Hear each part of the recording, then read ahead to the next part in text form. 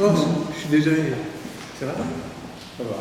Shavua Tov, Boker Tov.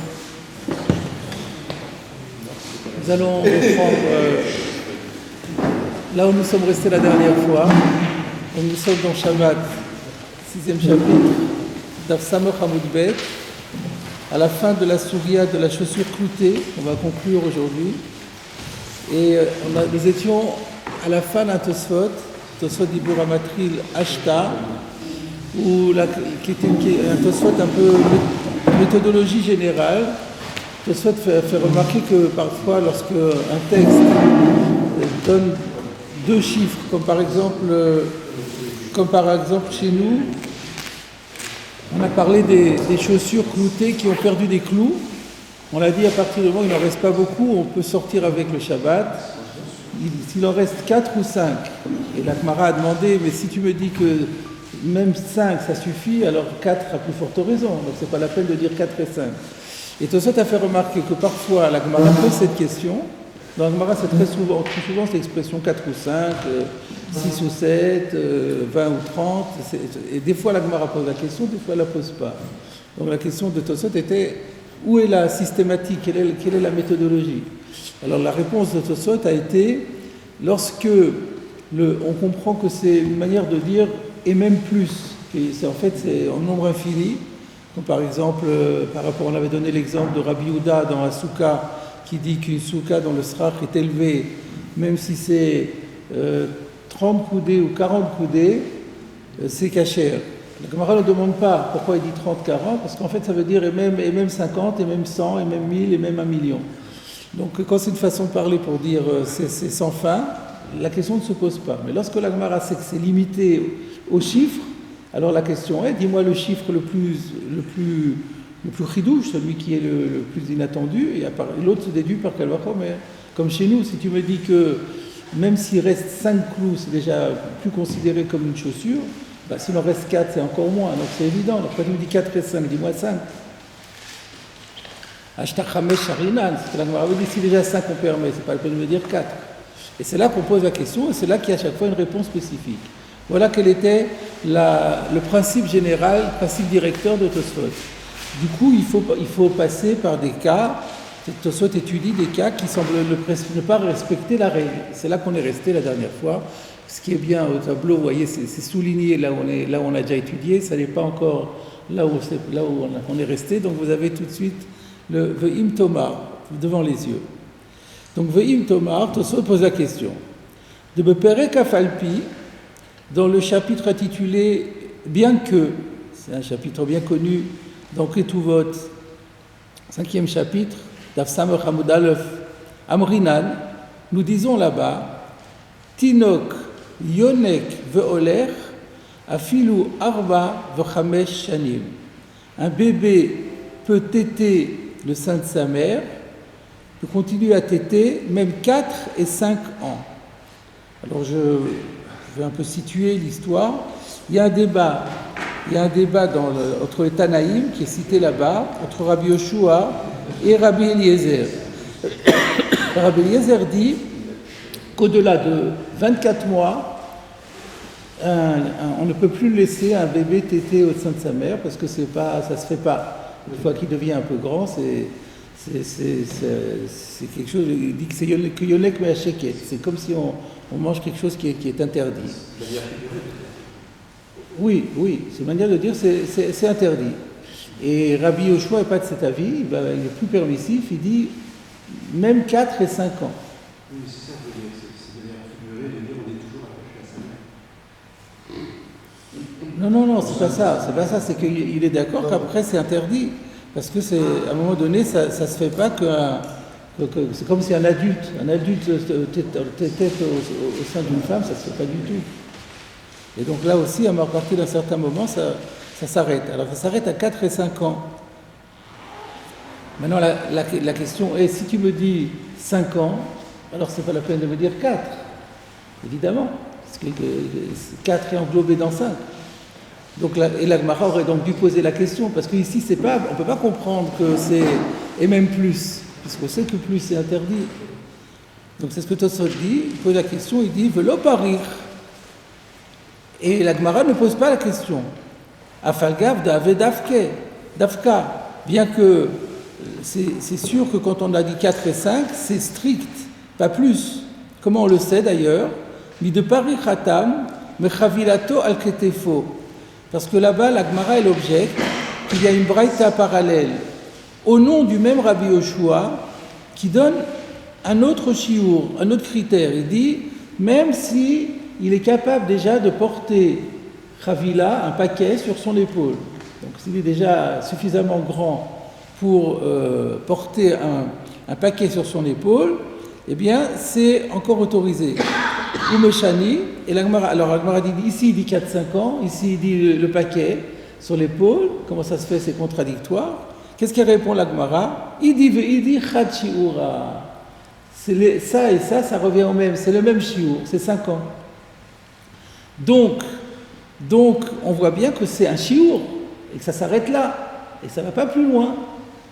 Et donc, si, d'après la règle que Tosfot avait dite, lorsqu'on a un shiur qui ne va pas plus loin, la Gemara doit poser la question, elle doit dire, alors dis-moi le shiur maximal, et tu n'as pas besoin de me dire le shiur intermédiaire, puisqu'il est englobé dedans.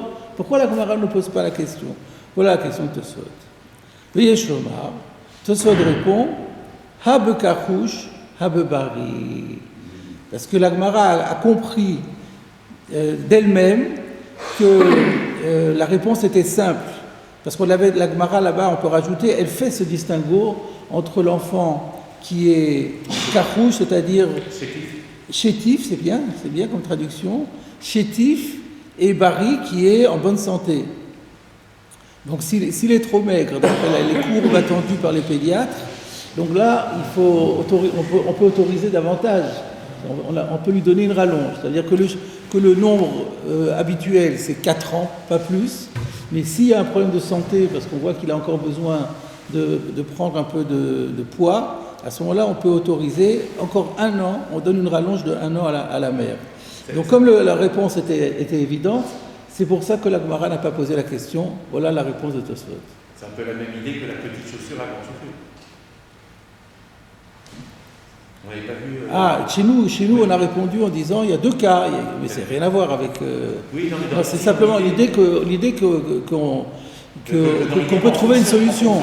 Oui, mais ça, ce que vous dites là, c'est pas une réponse, c'est une question. Parce que si c'est ça, comment se fait-il que chez nous on pose la question et on donne la réponse, et que là-bas on la pose pas? Donc c'est pas exactement la même chose. C'est que ici la réponse est complètement inattendue. On n'aurait pas pensé, d'ailleurs on a eu beaucoup de mal à comprendre quelle différence entre une petite chaussure et une grande chaussure. On a apporté Rabbi Elazar Moshe Horowitz qui disait, est-ce que c'est quand elle est grande, il y a la lanière joue un rôle, et donc le clou est considéré comme quelque chose qui sert, alors que ce n'est pas le cas dans une petite chaussure. Donc, alors que là-bas, l'histoire de Karouche et Bari, c'est quelque chose qu'on comprend très vite, très simplement, et qui ne nécessite pas la réponse. De poser la question pour donner la réponse. Ouais, au vu de toute chose, on voit qu'en fait, il n'y a pas de systématique. Il y a des fois on pose la question, des fois on ne pose pas la question. Il n'y a pas de règle générale. Encore aussi, la règle générale est que, d'abord, si on sait qu'il n'y a pas de limite, alors là, on ne pose jamais la question. Donc ça, on a déjà répondu beaucoup de cas. Maintenant, le problème, c'est que de temps en temps, on trouve des cas où c'est pas limité, où c'est oui limité, et où on ne pose quand même pas la question. Alors là, la réponse va être parce que la réponse est évidente. Parce que l'explication est évidente. C'est ça ce que tu souhaites sous-entendre. Alors, on continue. V'ad amrinan beperek azroa. Et quant à l'enseignement que la Gemara dit dans Choulin cette fois-ci, dans le chapitre intitulé Azroa, c'est-à-dire Azroa al-Chayayim ve'akeva. Vous savez ce que c'est, Azroa al-Chayayim ve'akeva? L'avant-bras de la bête, al-Chayayim, les joues, et akeva, la caillette. Ce sont des prélèvements qu'on doit. Quand quelqu'un fait la shrita d'un animal, il doit faire don de ses parties au Kohen. Ça fait partie des matnot Keuna. De la façon que la trouma, on doit la donner au Kohen, ça aussi on doit le donner au Kohen. Et par contre, si c'est un Kohen qui fait la shrita pour lui-même, ben il est dispensé, puisque c'est une matnat kouna, il est kouna, ça lui revient. Alors, là-bas, qu'est-ce qu'on dit? Kohen tabach, maintenant un Kohen qui serait lui-même boucher. C'est-à-dire, il fait la shrita et il vend la viande. Donc, il fait la shrita, mais la viande, elle n'est pas pour lui, elle n'est pas pour sa consommation personnelle, c'est pour des raisons commerciales, c'est un objectif commercial. Là, c'est différent. Là, il va devoir donner à d'autres Kohanim le roi, le Chayev et Keva, parce que c'est pas pour lui finalement. Donc, c'est comme si c'était une shrita de quelqu'un d'autre. Alors, qu'est-ce qu'on dit là-bas? Kohen Tabar, un Kohen qui est bouché, Shtayim v'shalosh Shabbatot, Patour mina matanot. Pendant les 2 ou 3 premières semaines de sa nouvelle entreprise, il est dispensé encore de donner les matanot. Mikan ve'elach, chayav matanot. Mais après cela, il est soumis à l'obligation de donner donc ces 3 prélèvements à des Kohanim.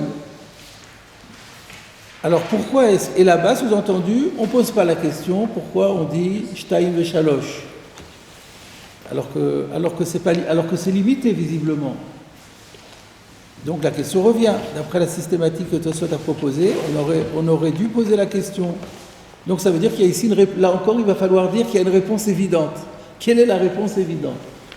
Tosfot répond et dit Omer Ri, c'est Rabbi Yitzhak de Dampierre qui répond, de Nakat, Shtayim le Rabbi de Hitle ve'aba al Yovimto, de Bekezimne ave Chazaka, de Shalosh le Rabban Shimon ben Gamliel.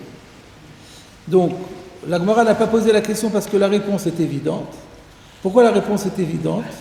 Sous-entendu, parce qu'ici la problématique est une problématique de Chazaka, et on sait qu'il y a une requête Tanaïm pour savoir à partir de combien de fois on considère qu'il y a une présomption. Pour Rabbi, c'est 2, il suffit de réitérer 2 fois, enfin réitérer une fois plutôt, on réitère une fois un acte et ça devient présumé comme étant quelque chose qui va se reproduire dans la suite. Et Rabban Shimon Gamliel dit non, il faut faire 3 fois le même acte pour qu'on puisse considérer qu'il y a une chazaka, que ça va se reproduire. Donc, comme on sait qu'il y a cette marloquette entre Rabbi et Rabban Shimon Gamliel, et donc c'était clair que 2 et 3, ça veut dire 2 pour Rabbi et 3 pour Rabban Shimon Gamliel, le principe étant que tant qu'il n'y a pas de chazaka de quoi? Alors, il faut que j'explique un peu qu'est-ce que le chazaka vient faire dans ce cas. Alors, l'idée est la suivante, c'est que voilà un Kohen qui décide d'ouvrir une start-up, qui décide de devenir un boucher. Et donc, on ne sait pas s'il va, dans les premiers jours, c'est toujours un peu, ça reste toujours un petit peu hésitant, peut-être qu'il peut encore changer d'avis. Donc, on lui laisse 1 semaine, 2 semaines.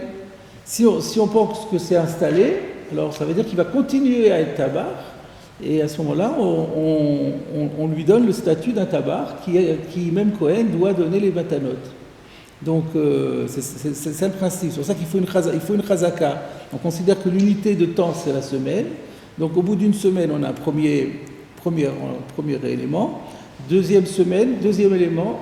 Pour Rabbi, ça fait déjà une chazaka. Donc pour Rabbi, on considère qu'il a déjà une présomption comme quoi il va continuer sa fonction, son nouveau métier de boucher. Et pour Rabban Shimon Gamliel, 2, c'est pas suffisant. Il peut encore changer d'avis, il peut se rétracter. Donc on attend encore la 3e. Une fois que la 3e, c'est établi qu'il sera tabar. Voilà l'explication de Tosfot. Alors ici, le Maharsha soulève une question, il dit pourquoi Tosfot n'a pas donné la même réponse à propos de la Ketouba. Vous vous rappelez que plus haut, on avait cité le Resh Afalpi. C'était à la 5e ligne du Tosfot. Le Resh Afalpi, Gabé Aval Chachamim Omrim Maché Adam et Ishto Afilu Shtayim Veshalosh Shanim Velo Ketouba. On avait dit que, d'après les Chachamim, un homme peut ne pas écrire de Ketouba à sa femme et rester quand même, il peut continuer à vivre avec elle malgré l'absence de Ketouba. Pourquoi ne pas dire ici aussi que 2, parce qu'on retrouve 2 et 3, c'est ça la question du marcha. Là aussi il y a 2 et 3. Pourquoi ne pas dire aussi que ça va, Rabbi, 2 c'est pour Rabbi et 3 c'est pour les Chachamim. Le marcha dit parce que là-bas c'est pas adapté. Alors il n'explique pas pourquoi c'est pas adapté, mais quand on réfléchit un petit peu on comprend. La problématique là-bas c'est de savoir si la femme est tranquille ou pas tranquille. C'est-à-dire si elle, le fait de savoir qu'elle n'a pas de Ketouba, donc c'est un manque de sécurité pour elle. Et donc du coup, si elle n'est pas tranquille, on considère que si elle a des relations avec son mari, c'est un peu considéré comme une biatzmut. Parce qu'elle n'est pas, elle est pas confiante, elle ne se livre pas d'un cœur tranquille. Donc c'est un peu biatzmut. Alors si c'est par rapport à ça, c'est une question de principe. Ou bien est-ce qu'une femme sans Ketouba, quand elle n'a pas la Ketouba, est-ce qu'elle a le cœur tranquille ou est-ce qu'elle n'a pas le cœur tranquille? Mais ce n'est pas lié à une chazaka quelconque. C'est pour ça que Tosfot n'a pas envisagé qu'on puisse, même s'il y a 2 et 3, on ne peut pas toujours dire 2 et 3, c'est Rabbi et Rabban Shimon Gamliel, il faut qu'il y ait une logique de chazaka. Donc plus haut il n'y avait pas de logique de chazaka, ici il y a une logique de chazaka. D'ailleurs, dans ce cas, le dernier du Cohen, c'est un peu différent de tous les cas qu'on a vus, où ça dépendait de la situation elle-même, que là, ça dépend des Chachamim. Celui-là, il dit 2, l'autre, il dit 3. C'est un peu différent. On ne s'attendait pas à cette réponse de Tosfot de nous dire pour tel rabbi, c'est 2 ans, pour tel rabbi, c'est 3. Alors que dans les autres, c'était la situation qui voulait que quand l'enfant est malade, alors on lui donne 3 ans, quand l'enfant est marié, on lui donne 2 ans. Non, c'est pas 2 et 3 ans, là-bas c'est 4 et 5 ans. Donc oui, c'est 4 et 5 ans. Mais non, mais là, au contraire, quand on a 2 et 3, la première chose à laquelle on pense, c'est Chazaka. Parce que c'est la marloquette entre Rabbi et Rabban Shimon Gamliel, elle est connue. Elle est extrêmement connue, tout le monde sait. Donc dès qu'on pense 2 et 3, tout de suite, la première réponse, le premier réflexe, c'est de dire 2 pour Rabbi et 3 pour Rabban Shimon Gamliel. Toutes les réponses que Tosfot a fait avant, c'était parce que c'était pas possible de dire ça. Parce qu'on n'était pas sur 2 et 3, on était sur 4 et 5, 30 et 40, des choses comme ça. D'où la question du marcha. Ah, là-bas, il y avait 2 et 3, pourquoi tu l'as pas dit?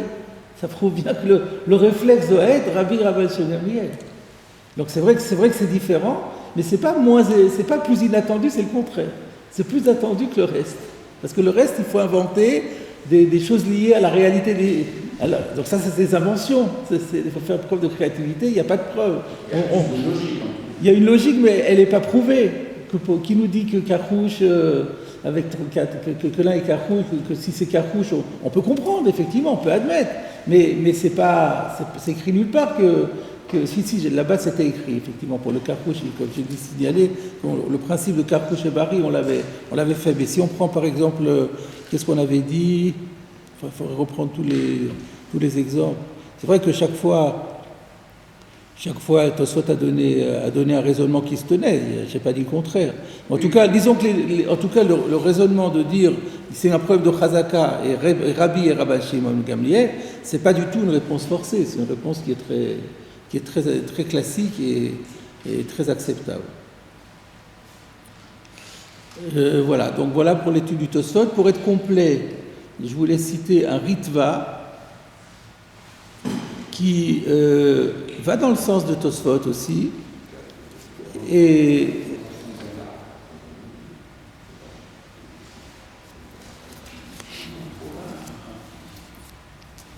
il va dans le sens de Tosfot, c'est-à-dire il est d'accord avec Tosfot que lorsque c'est illimité, la Gemara ne pose pas la question. Par contre, lorsque c'est limité, il rajoute encore une idée qui permet de résoudre un certain nombre de cas où la Gemara ne pose pas la question, et ça permet donc d'éviter de se casser la tête. Il donne un critère supplémentaire à ce que Tosfot a dit. C'est pas contradictoire avec Tosfot, c'est complémentaire. Il dit que la Gemara ne pose la question que si le chiffre qui fait problème que si le chiffre qui ferait problème arrive dans le temps en dernier, alors là, on pose la question. Mais si le chiffre qui semble superflu, il arrive dans le temps en avant-dernier, la question ne se pose pas. Bon, j'ai conscience que ce que je dis n'est pas très clair, je vais donner l'exemple. C'est clair ? Donc tant mieux si c'est clair. Mais avec l'exemple, ça sera certainement encore plus clair. Donc, dans l'histoire de la chaussure, qu'est-ce qu'on avait dit ?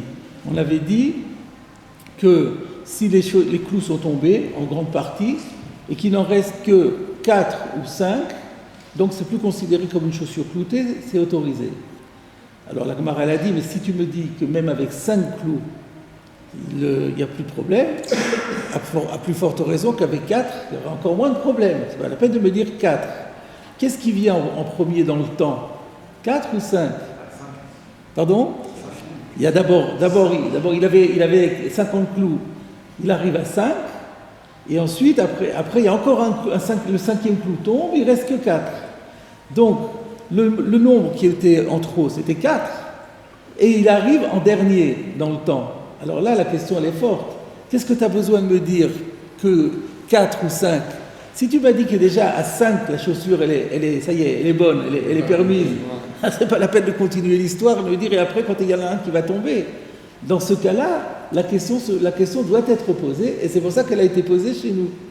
Mais si on est dans un cas où le nombre qui est en trop, il arrive dans le temps en premier, la question ne se pose pas, parce que c'est normal qu'on mette en valeur un chidouche, et c'est comme si on disait, et non seulement ça, mais même ça. Alors on va donner, c'est quoi l'exemple ? Le 4 ou 5 ans de l'enfant. Par exemple, il prend le cas des matanotes, de Zoroa, le Chaim et Keva.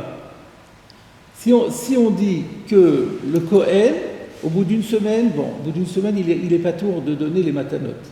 Ensuite, on a dit, et 2 et 3. Qu'est-ce qui vient d'abord ?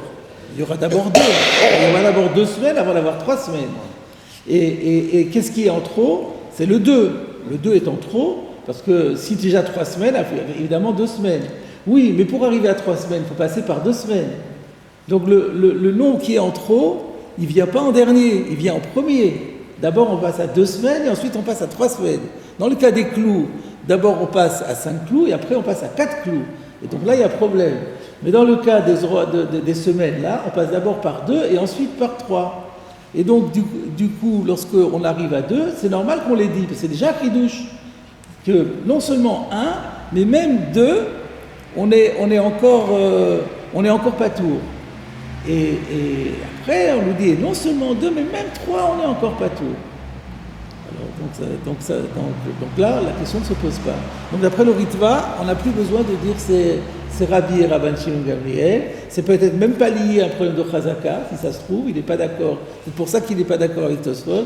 Pour lui, c'est pas un problème de Chazaka. Ou alors la lacha, elle est comme Rabban Shimon Gamliel, donc il n'y a pas lieu de parler de Rabbi. Et donc, voilà, pour cette raison ou une autre, donc lui, il substitue à la réponse de Tosfot sa réponse à lui, que si c'est dans la chronologie, c'est normal qu'on dise 2, il est encore pas tour, et non seulement 2, mais même 3. Donc on ne va pas poser la question, pourquoi tu me dis 2 et 3 C'est pour mettre en valeur le chidouche. Non seulement 2, mais même 3. Par contre, dans le cas des clous, ça ne va pas. Puisque une fois qu'on a dit que 5 c'est bon, alors c'est pas la peine de dire, non, on ne peut pas lui dire non seulement 5, mais même 4. Parce que si on a permis 5, alors on a la plus forte raison que 4 est permis. Qu'est-ce qui a gêné le Ritva d'aller chercher une autre réponse que celle de l'État ? Sans doute qu'il est, comme j'ai dit ça. Alors peut-être qu'il y a d'autres cas que Tosfot n'a pas cités et qui lui faisaient problème aussi, ça je ne sais pas. Mais sinon, puisqu'il a pris comme exemple le Zohar, le Chaim et le Keva, on peut supposer que c'était la réponse de Tosfot qui ne lui a pas tellement plu. Alors pourquoi elle ne lui a pas plu ? Ça peut être pour 2 raisons. D'abord, il peut expliquer que ce n'est pas une question de Chazaka ici. Pourquoi c'est pas une question de Chazaka ? Parce que ce qui est difficile dans le cas de Chazaka, c'est qu'on considère qu'une semaine, c'est une unité. Pourquoi on dirait qu'une semaine, c'est une unité ? Et après, 2 semaines, c'est une deuxième unité. Pourquoi la semaine, ça ferait une période parlante ? Premier élément, 1 semaine. Deuxième semaine. Troisième semaine. Pourquoi ? Peut-être que c'est contestable, ça. Et si on estime que c'est plus un élément, on n'a plus de Chazaka. on n'a plus de fondement pour la chazaka. Ça pourrait être ça. Mais c'est des conjectures. Voilà, on a terminé ce sujet et on va reprendre la Gemara. Donc, on arrive dans la Gemara à un nouvel intertitre. Donc, je rappelle que la Gemara avait cité une braïta qui donnait de nombreux enseignements par rapport à la chaussure cloutée. Et donc, chaque fois que cette braïta demandait à être explicitée, on aura un intertitre avec un commentaire de la Gemara. Donc là, nous sommes arrivés à l'intertitre « Rabbi matir atsheva ». Ça se rapportait à quoi? C'était dans le cadre justement de Nashrou Rov Masmerotav. La braïta avait dit « Nashrou Rov Masmerotav venishtaïrou bo arba o chamisha mutar ». Donc le Tanakama disait que dans une chaussure qui a perdu ses clous, s'il en reste 4 ou 5, c'est ce qu'on vient de parler, c'est permis. Rabbi matir atsheva. Rabbi, il est plus permissif, et il dit non, même s'il n'y en a plus que 7, eh ben, c'est déjà permis. Quel est le problème que la Gemara va soulever? On va voir dans la Gemara. La Gemara dit Vatanya, mais pourtant, il y a une braïta qui dit Rabbi matir atshloshesre, que Rabbi permet jusqu'à 13. Alors cette braïta, elle n'est pas nouvelle pour nous. On l'a déjà vue, si vous vous en rappelez. Si vous en rappelez pas, on va la regarder de nouveau. C'était... Rappelons-nous la Gemara. On avait vu qu'au tout début de cette Sugia, la Gemara avait dit qu'il y a une marloquette entre Rabbi Ochanan et Rabbi Hanina. On parle maintenant pas de chaussures qui perdent des clous, mais la chaussure neuve avec ses clous. Quand c'est le noï, on avait dit quand si le nombre de clous est limité, de sorte que le rôle des clous n'est pas ici pour solidifier, pour tenir ensemble le bois avec la lanière, mais simplement pour des raisons d'esthétique, c'est permis.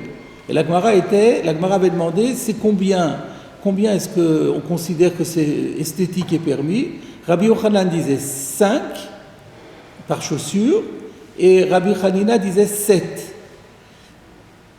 Et la Gemara avait apporté une braïta en objection à Rabbi Yochanan. Métivé, c'est bien de le revoir parce que ça va nous aider dans la suite. Métivé, sandal anota, vous vous rappelez ce que ça veut dire? C'est une chaussure en pente. C'est-à-dire qu'avec un haut talon, au Selo Sheva, on mettait des clous pour équilibrer, la rendre horizontale. Et combien en mettons? Alors d'après Rabbi Nathan, on en met 7, et Rabbi permet jusqu'à 13. Et donc voilà, on voit ici que Rabbi permet 13 dans la chaussure. Et comment se fait-il alors qu'on parle ici d'une chaussure neuve, et là-bas, il parle d'une chaussure qui perd des clous et il ne permet que 7. C'est contradictoire. Et comment se fait-il qu'il permette 7 alors que même si elle était a priori construite, il aurait droit jusqu'à 13? Et d'ailleurs, je rappelle aussi, je rappellerai après. Donc voilà, pour l'instant, on en reste là. La question de la Gemara, il y a une contradiction dans les propos de Rabbi. Comment se fait-il que Rabbi permet une chaussure qui perd ses clous seulement si elle en a tellement perdu qu'il n'y en reste que 7? S'il lui en restait 9 par exemple, c'est pas bon, on ne peut pas sortir avec. Plus haut, il avait dit qu'avec 13, il peut sortir avec déjà. Donc c'est contradictoire. Réponse de la Gemara, Nota Shani. On ne parle pas de la même chose. Il y a deux types de chaussures. Il y a les chaussures plates et il y a les chaussures en pente. La chaussure en pente, c'est 13, mais une chaussure normale qui n'est pas en pente, c'est que 7. Et le problème est réglé. Regardons Rashi. Pourquoi est-ce que Nota c'est différent? Nota Shani, Shikulan Tzrichin lo lashvoto, ven echad me'en lo chazek. Parce que si la chaussure est en pente, les 13 clous qu'on va installer, ils sont tous nécessaires, le hashvoto, pour le mettre à l'équilibre.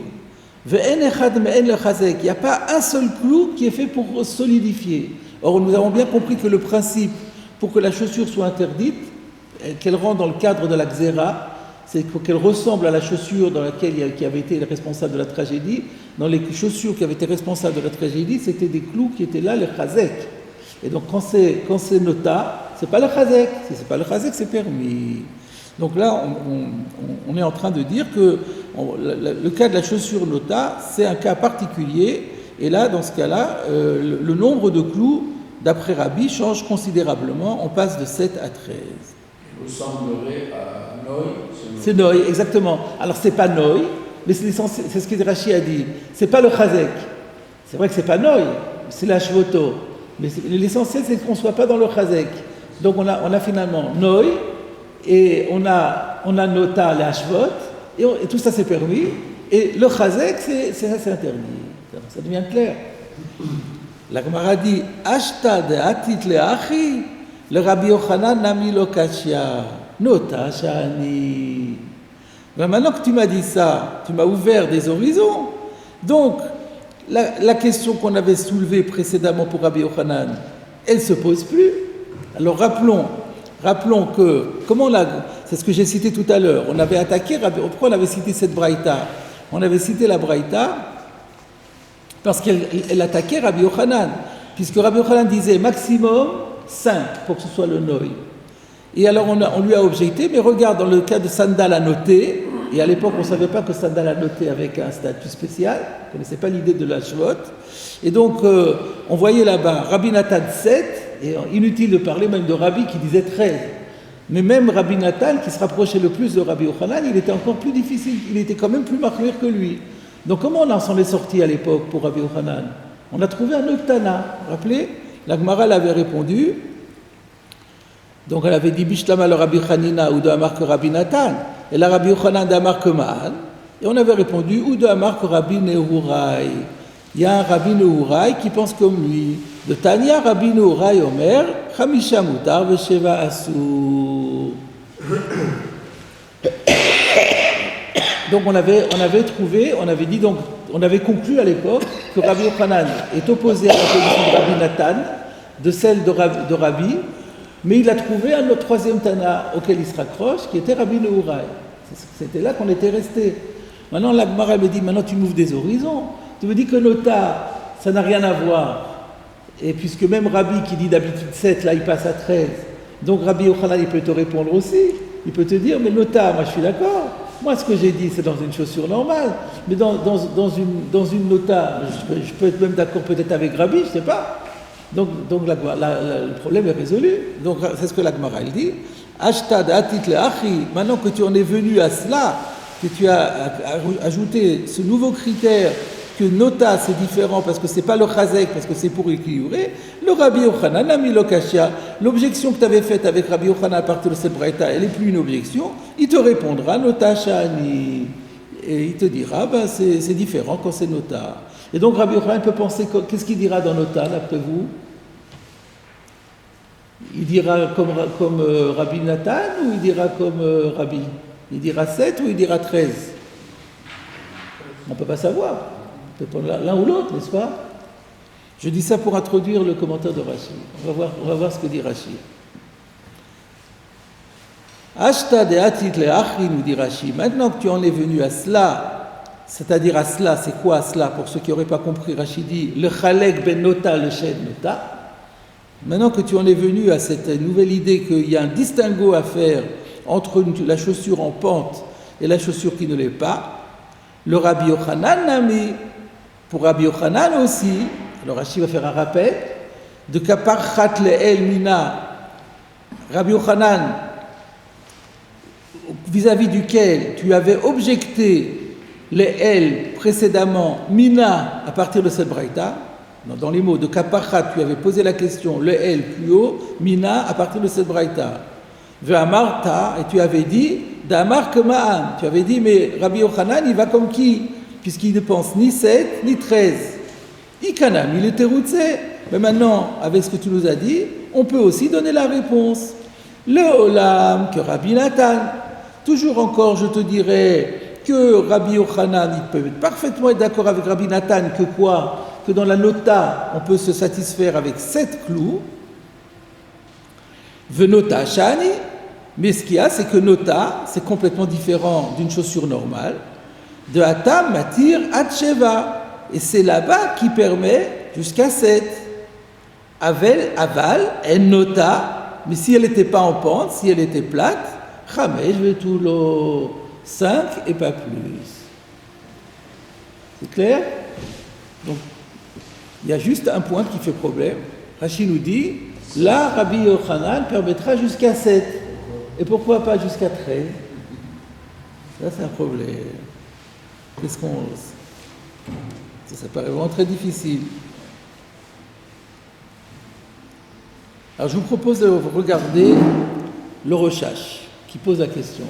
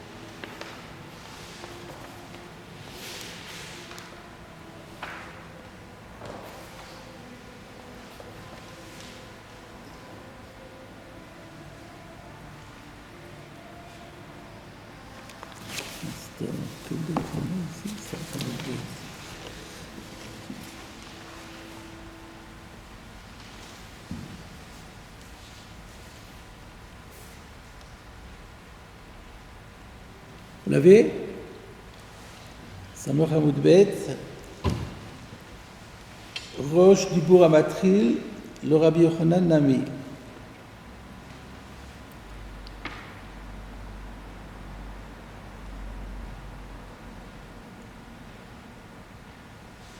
Voilà, c'est bien, c'est celui-là. Du Bourg Amatril, le Rabbi Yochanan Nami, Léolam, que Rabbi Nathan. Rashi disait qu'on peut très bien dire que Rabbi Yochanan sera d'accord avec Rabbi Nathan pour dire que dans Nota, on pourra mettre jusqu'à 7 clous. Le Rochash pose la question, Ve'a de l'opérache Afke Rabbi. Et la raison pour laquelle Rashi n'a pas voulu dire qu'il pourrait même penser comme Rabbi qui disait 13, Nir'e, il me semble, Mishum de Suirele, de Nashrou, Dino como le Noi. Que Rashi pense que Nashrou doit être aligné sur le din de Noi. C'est-à-dire le nombre de clous qu'on valide pour Noi, on doit valider pour Nashrou. Et alors, nous on est dans quoi ici? On n'est pas dans Nashrou, on est dans Nashrou Dino Como Noi. Un instant, c'est quoi? Qu'est-ce qui parle de Noi ici? Qui a parlé de Noi? Rabbi était dans Nota. Nashrou Dino Como le Noi. De l'oniré l'omar de Shlosha Cheluké Dinim Yeshbo. Ou Benashrou, suivre-le le Rabbi Acha Atsheva. Oui, il fallait continuer jusqu'au bout. Ou Benashrou. On a vu ce que pense Rabbi dans Nashrou. Rabbi est intervenu 2 fois, n'est-ce pas? C'est là qu'on est parti tout à l'heure. Il avait dit dans Sandal Anota, il avait dit 13. Et dans Nashrou, il a dit combien? Il a dit 7. Dans Nashrou, on a eu le Tanakama qui disait combien? 5, 4 ou 5. Et Rabbi disait 7. Donc dans Nashrou, on a 7. Dans Nota, on a 13. Alors, maintenant, la seule chose qu'on ne sait pas, c'est qu'est-ce que Rabbi dirait qui s'appelle Noi. Alors, si on dit que Rabbi Yochanan, il parlait de Noi. Il disait que Noi, c'était jusqu'à 7. Non, il dit, non, encore une fois, non, excusez-moi. Rabbi Yochanan, il parlait de Noé, il disait que Noé c'est 5 uniquement. Il disait que c'est 5 uniquement. Et donc, par contre, dans Nota, alors, donc lui, il n'est pas d'accord avec Rabbi, ça c'est sûr. Ah si, on voudrait dire que Rabbi, non, qu'est-ce qu'on est en train de dire? Excusez-moi, j'ai mal fait mon calcul, encore une fois. On est en train de dire que Rabbi, qui a dit 13 dans le cas de Nota, serait d'accord avec Rabbi Yochanan pour dire que dans Noé, ce serait que 5. C'est ça la question. De la même façon que Rashi, qu'est-ce qu'il a dit Rashi? Que Rabbi Yochanan qui dit 5 les Noé, dans le cas de Nota, serait prêt à dire 7 comme Rabbi Nathan. C'est ça que Rashi a dit. Donc, le Rochash a demandé, mais peut-être qu'il pourrait même dire comme Rabbi, et donc ça voudrait dire, ça veut dire prêter à Rabbi, que Rabbi serait d'accord avec Rabbi Yochanan de dire que dans Noé c'est 5, et dans Nota c'est 13. C'est ça la question. Vous suivez ou pas? Non, pas vraiment. On recommence. Faut faire. Moi-même, je me suis un petit peu perdu, donc je comprends que. Alors, on recommence depuis le début. On a eu une première marloquette dans Noé. Noé, ça veut dire, on a dit, lorsque la chaussure est toute neuve et elle n'a rien de particulier, elle est plate, et donc on a dit que s'il y a un tout petit nombre de clous où les clous ne peuvent pas avoir un rôle de solidification uniquement d'esthétique, c'est permis. La question est de savoir jusqu'à combien on considère que le clou n'aura pas un rôle de solidification. Rabbi Yochanan a dit 5, pas plus. On lui avait objecté que dans Sandal Anota, on a vu 2 maîtres qui se sont opposés. Il y avait Rabbi Nathan qui disait 7 et on a Rabbi qui disait 13. On avait objecté à l'époque à Rabbi Yochanan, il a dit mais toi t'es en désaccord avec les Tanaïm.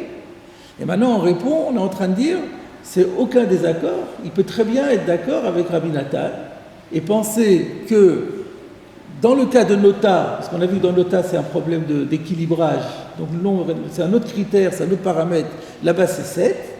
Par contre, le même Rabbi Nathan serait d'accord, Rabbi Yochanan peut dire, le même Rabbi Nathan, on n'avait aucune preuve qu'il n'est pas d'accord avec moi. Ça veut dire que Rabbi Nathan penserait que dans un Noé, c'est combien? C'est 5 et pas plus.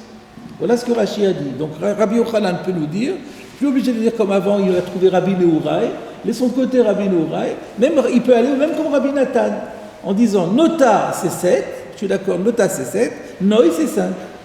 Le Rochash a demandé, mais pourquoi tu dis, c'est très bien ce que tu dis, mais pourquoi tu limites à Rabbi Nathan? Le même argument que tu dis pour Rabbi Nathan, tu peux même le dire pour Rabbi. Rabbi Yochanan pourrait dire, je suis d'accord avec Rabbi, et Rabbi est d'accord avec moi. Donc, je suis d'accord avec Rabbi que dans Nota, c'est 13, mais dans Noé, c'est 5. Pourquoi Rashi n'a pas voulu dire ça? Rabbi Nathan, il est prêt à dire que Rabbi Nathan dira dans Nota, c'est 7, et dans Noé, c'est 5. Et pourquoi il n'est pas prêt de dire la même chose pour Rabbi? Dans Nota, c'est 13, et dans Noé, c'est 5. Voilà la question du... Les cas trop grands. Non, c'est pas ça qu'il dit le Rochash. Le Rochash, il propose autre chose. Il dit parce que la différence entre Rabbi Nathan et Rabbi, c'est que Rabbi est intervenu encore une fois en plus. On a un autre enseignement de Rabbi, duquel on doit tenir compte. On a vu, c'est de ça qu'on est parti tout à l'heure, Rabbi intervient aussi dans Nashrou. Qu'est-ce qu'on a vu dans Nashrou? Jusqu'à présent, on a parlé de 2 cas. On a parlé de Nota, on a parlé de Noé. Il y a un 3e cas, c'est Nashrou. Dans Nashrou, qu'est-ce qu'on a vu? On a vu le Tanakama dit 4 ou 5, on en a beaucoup parlé, 4 ou 5, et Rabbi dit 7. Jusqu'à 7. Alors, si on dit que Rabbi Yochanan et Rabbi sont la même chita, on va être amené à dire qu'il y a 3 critères, et chaque fois un chiffre différent. Puisque Rabbi a dit, quand c'est Nota, c'est 13, quand c'est Nashrou, c'est 7, et maintenant il faudrait rajouter, et quand c'est Noé, c'est 5. Alors ça fait lourd. Et c'est ce que dit le Rochash. Regardez dans les mots maintenant. Va'ad l'opérash afke Rabbi. Et la raison pour laquelle Rashi n'a pas voulu dire que Rabbi Yochanan pourrait penser comme Rabbi, Niré, il me semble, Mishum de Svirale, parce que lui, il pense, Rashi pense, de Nashru, Dino como le Noi, qu'il faut nécessairement que le nombre qu'on fixe pour Nashru, on l'accepte aussi pour Noi. De l'onirelo l'omar de Shlosha Chiluki Dini Mishbo, parce que c'est pas logique de dire qu'il y ait 3 distinguos à opérer, ça fait beaucoup. Ou ben Nashru, si relève le Rabbi Achad Sheva, et donc Nashru, Rabbi a dit c'est 7, et donc si on aligne Noi sur Nashru, on est obligé de dire 7 aussi, et Rabbi Khanan a dit 5, donc ça colle pas. Voilà la réponse qui est proposée par le Rochash, qui est un petit peu discutable, parce que, et pourquoi on ne ferait pas 3 critères après tout? Pourquoi est-ce que Nashru, quel rapport entre Nashru et Noi? Donc moi ça ne me satisfait pas comme réponse.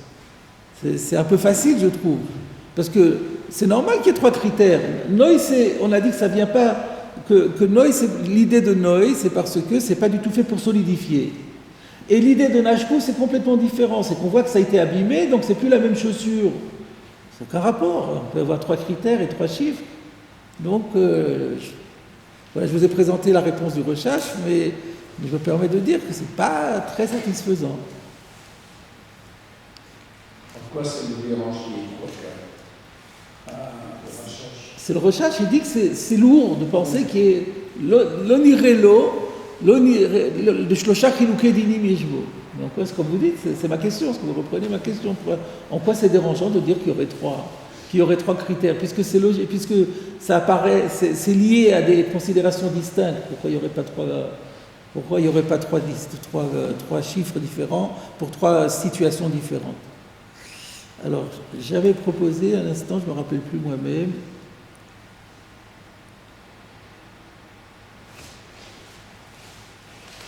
Ah oui. Oui, alors en fait, ce n'est pas une nouvelle réponse que je propose, c'est une explicitation des propos du Rochash. C'est-à-dire, je veux valider le Rochash en revenant sur Nashru. Dans Nashru, on avait vu qu'il y avait 2 manières de comprendre alors là, déjà, la Gemara, elle avait dit qu'il y a 2 cas de Nashru. Il y a Nigmemu et Neekru. Vous vous rappelez? Qu'est-ce qui avait obligé à dire ça?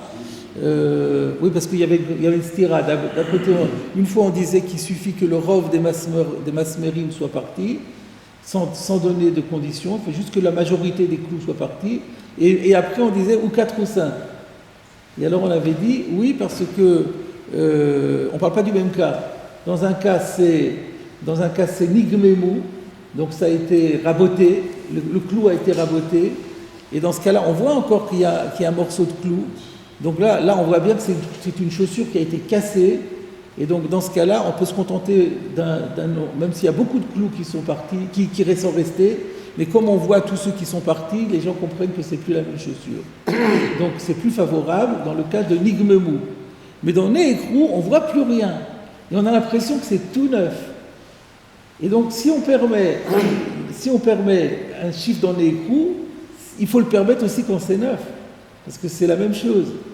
Alors du coup, si on dit comme ça, à ce moment-là, ce que dit le recherche est logique. J'ai pas vraiment l'impression qu'il ait dit ça, mais en tout cas, si on regardait le Rashi sur Neekru encore une fois, chez Neekru les Gamre, chez En Nikar Shayabo Yoter, Arba o Chamisha, Il Tfelo Levaya. Donc d'après le Levaya, d'après la réponse de Levaya, qui est le Rabbi Yitzhak Halevi, on a l'impression que Rashi accorde plutôt l'importance à cette explication. Neekru, c'est En Nikar Shayabo. En Nikar Shayabo. Donc on ne sait plus qu'il y avait eu dans le temps. Et donc on ne peut permettre que si on permettait pour une chaussure normale. Et donc du coup c'est ou 4 ou 5. Et donc c'est 5. Et donc c'est exactement ce qu'a dit, c'est exactement ce qu'avait dit Rabbi Yochanan. Et le problème, c'est que Rabbi dit 7. Alors, si Rabbi dit 7 dans Nashru, qui veut dire Neekru, alors il dira 7 aussi le Noi, obligatoirement. Et c'est pour ça que Rashi ne pouvait pas dire que Rabbi Yochanan pense comme Rabbi. C'est clair ou pas? Encore une fois, pas très clair. Nécrou, d'après Rachid, Nécrou, tous les clous qui sont tombés, on ne les voit plus. Donc si tu permets, les gens qui voient cette chaussure-là peuvent croire que c'est une chaussure neuve. Le nom qu'on va permettre dans cette chaussure-là, ça doit être nécessairement le nom qu'on permet dans une chaussure normale, puisque les gens ne voient pas la différence. Donc on est obligé de dire que le chiffre qui sera là, il sera là-bas aussi. S'il n'y a pas de clou, on va la semelle, c'est plus une chaussure. Comment on peut dire qu'ils vont croire qu'il est neuve? Il n'y a plus de clou, la semelle tombe par rapport aux lanières qui la tiennent. Il en reste 5. Comment on peut croire que les gens ils vont croire qu'elle est neuve? C'est difficile à comprendre. Ça, vous posez la question sur la Gemara, quand on a dit qu'il y en a 5, et c'est le Noï, et alors vous dites, mais comment ça tient? Ça c'est une question sur la Gemara. Au début, on parle d'une sandale neuve, et donc elle sandale neuve, donc elle est en quoi est-elle d'ailleurs? En bois, on avait dit? Oui, la semelle était en bois, avec une lanière en cuir, et elle est tenue par les clous. Alors comment on peut dire que c'est le Noï?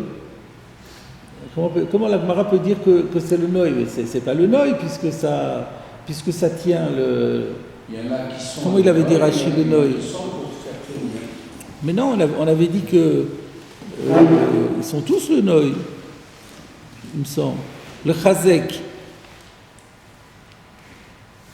Non, chez Masmerotav, regardez si on lit, qu'est-ce que s'appelle le Chazek? Regardez Rachid encore une fois, qu'est-ce que le Chazek? Masmerotav Nasu, le Chazek Ha'akev chez Corinne Semel, Sol, Ima Panta chez Corinne en Pei.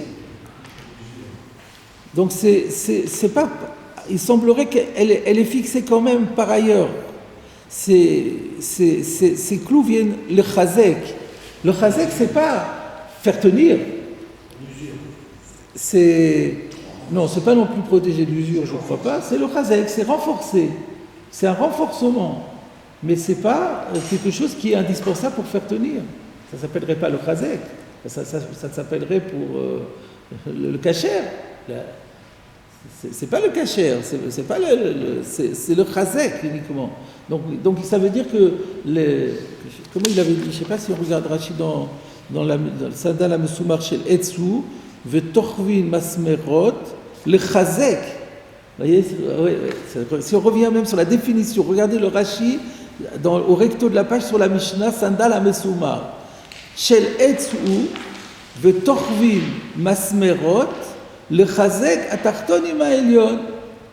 C'est pas pour les fixer ensemble, c'est pour renforcer. Les clous, c'est un renforcement, mais ça tient autrement. Avec la colle. Soit avec de la colle, soit avec de la couture, comme on avait vu qu'on peut être offert. Parce qu'on a vu Tfarom et Bifnim, donc c'est peut-être que d'habitude c'est Tfarom et Bachut.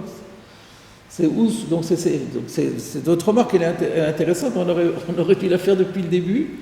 C'est que en fait, les clous c'est pas eux qui tiennent.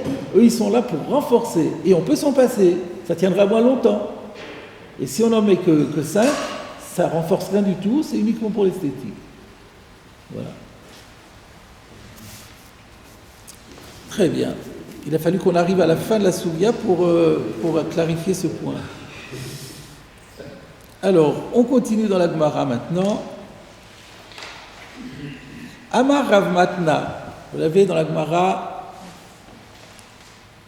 Amar Rav Matna, Amrela, Amar Rav Achadboui Bar Matna, Amar Rav Matna. Donc la Gemara qui est toujours d'une rigueur scientifique, tient absolument à dire qui a dit quoi et au nom de qui. Donc, Amar Rav Matna enseigne, Amrela, d'autres rapportent différemment.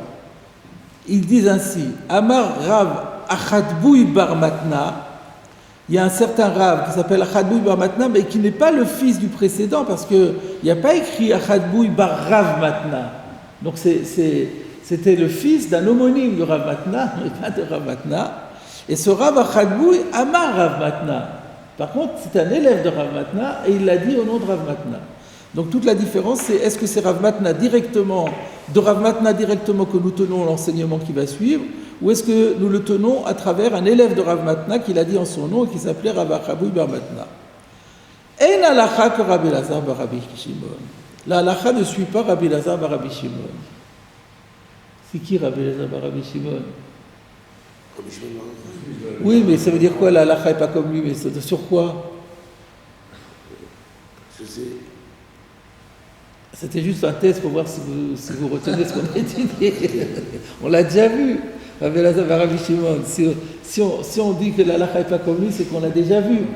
On en a déjà parlé dans la Braïta, justement, qu'on est en train de commenter. Alors revenons un peu à la Gemara, à la Braïta, pour voir ce qu'il nous avait dit. Regardez, c'était donc dans la fameuse Braïta, Lo Yetse, on avait dit Tanya Kvate de Rav Sheshet, Lo Yetse a Ish, de Sandal a Mesumar, Velo Yetayel mi Bait le Bait, Afilu Mimita le Mita, Aval, Metaltelinoto, le Chassod Bo et Akli, le Tanakama disait, on n'a pas le droit de la porter, on n'a pas le droit de chausser la chaussure en question, mais on peut la déplacer à la main pour un autre usage. Par exemple, le chassot bo et akeli, pour recouvrir un ustensile, velismor bo kireamita, ou pour caler les pieds du lit. Verabi Elazar bar Rabbi Shimon oser.